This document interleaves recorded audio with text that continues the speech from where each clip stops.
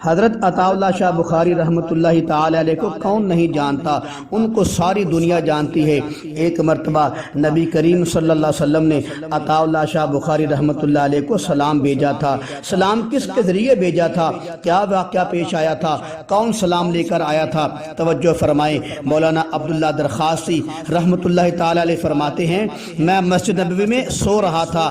میں یہ بھی آپ کو بتا دوں کہ عبداللہ درخاستی کون ہیں؟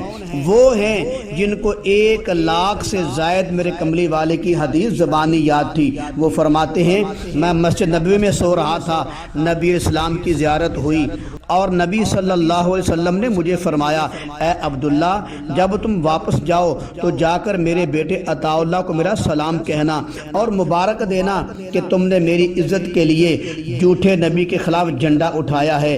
میں محمد صلی اللہ علیہ وسلم تم سے راضی ہوں۔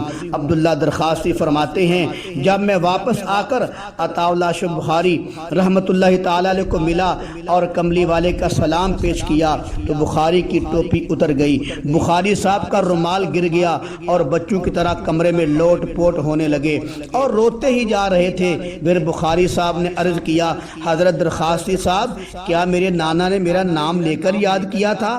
ہاں، آپ کا نام لے کر نبی علیہ السلام نے سلام بھیجا ہے۔ یہی وہ عطا اللہ شاہ بخاری ہے جن کی تقریر سن کر علم الدین غازی تیار ہوا تھا، جس نے راجپال کافر کو واصل جہنم کیا تھا۔ علم الدین غازی رحمۃ اللہ تعالی علیہ یہ کہتا ہوا نکلا تھا، آج بھونکنے والی زبان نہ رہے گی یا سننے والے کان نہ رہیں گے۔ جب انگریز نے علم الدین غازی شہید کو عدالت میں پوچھا، کیا تم نے راجپال کو قتل کیا ہے؟ تو علم الدین غازی نے شیر کی طرح للکار کر کہا، ہاں، میں نے اس کافر کو قتل کیا ہے۔